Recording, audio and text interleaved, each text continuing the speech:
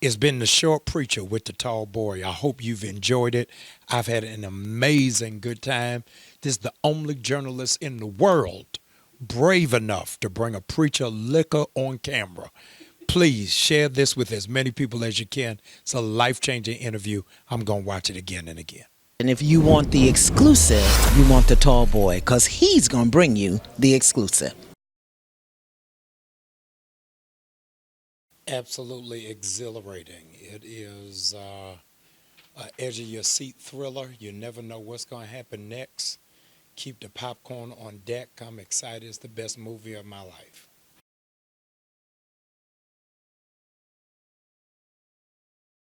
I think my largest challenge has been going from being a planter to being a successor.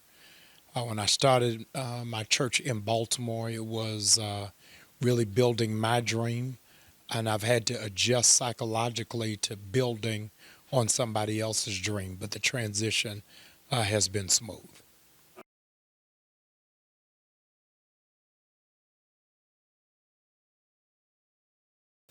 The adjustment has been absolutely effortless. Our core values are the same. Our theology is the same. Our belief system is the same. I just got less meetings and less responsibilities. So it's been good.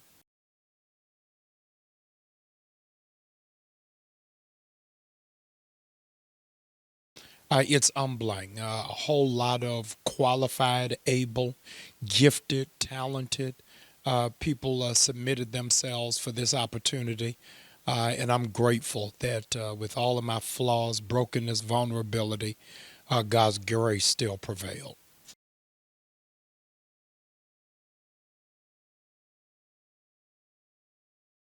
I was humbling, standing in the shoes of such a giant in the church world and such a looming figure in the city of Atlanta is humbling. And so I'm grateful. Sir Walter Riley said we can see further because we're standing on the shoulders of giants.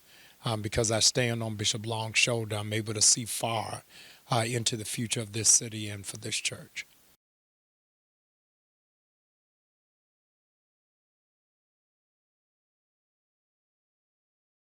I think that we've got to be predictably unpredictable. You never knew what God was going to do in any moment, whether it was turning 2 fish and 5 loaves of bread into a buffet feast or spitting on the ground and giving somebody LASIK surgery. And so I'm grateful that God has given us the ingenuity to be innovative and creative so that people don't become bored with church, but really become enchanted to know that God can do literally anything, whether that's giving 5,000 pairs of shoes or bailing people out of jail.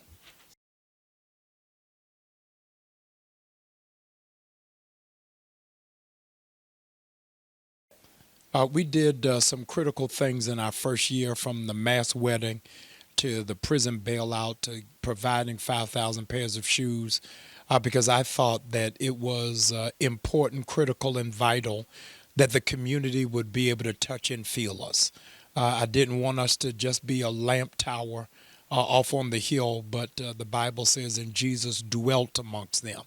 And so that's where it is that we rolled up our sleeves and realized we need to target the impetus of our ministry.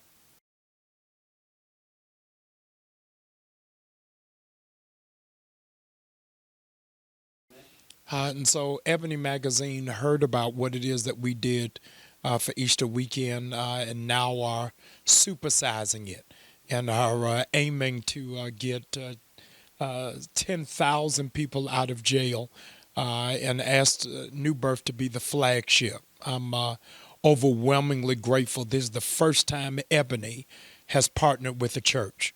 And so we're grateful to partner with them and the BailProject, who has been in the trenches doing the work. I'm grateful to be a part and glad that the black church is really on the vanguard of something that is significant and sorely needed for our community.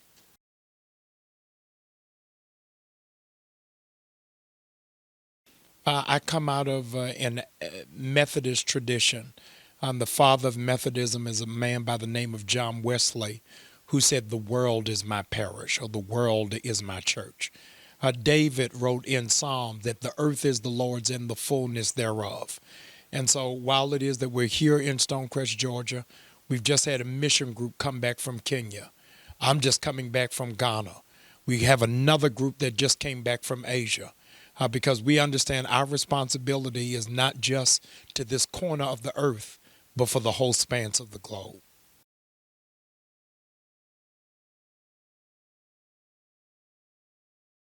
It was so critical to know that 400 years ago this year, the first slave ship left the shores of Africa, set sail to take us from being free to being enslaved.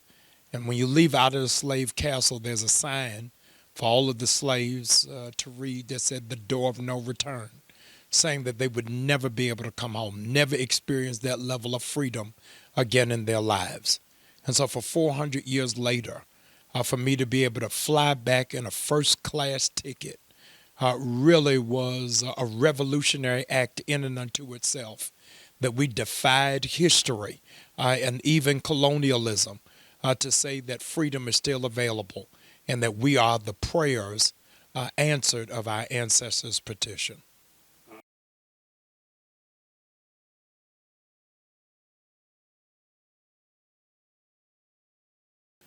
They have given me a title of king in terms of trade, of developing relationships between businesses in Ghana and African Americans, and also in terms of religion, of making sure that the revival that is sparked in Ghana is felt and reverberated around the diaspora.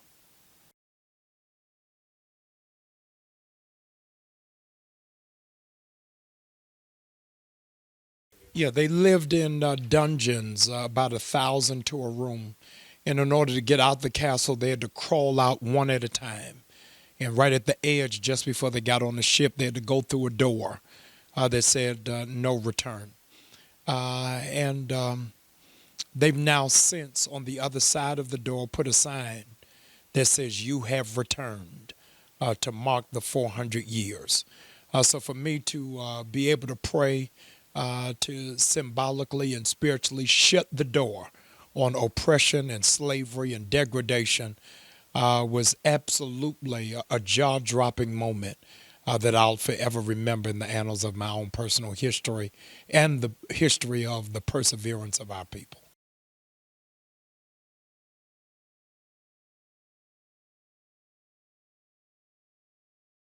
Yes. My grandfather, my maternal grandfather, was the head cook at Duke University in Durham, North Carolina. When I finished out of Morehouse College, I was looking for where to go, and I was between Princeton and Duke University. And something really just guided me, let me go back to my roots, to a place where my grandfather was shucking peas, pouring lemonade, and baking chicken, that I would come back as a scholar, really as a reflection and first-hand evidence of what God's grace can do.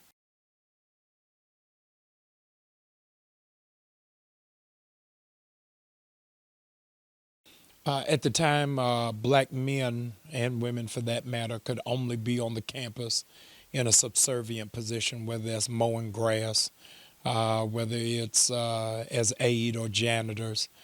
So when I walked across, I knew it wasn't affirmative action or status quo, but I was there really because I was riding the waves of prayer. And I'm grateful to God that, again, he winked at me and gave me an opportunity. I wasn't the best student or the best scholar. I was just the best prayer. And because of prayer, I was able to come through.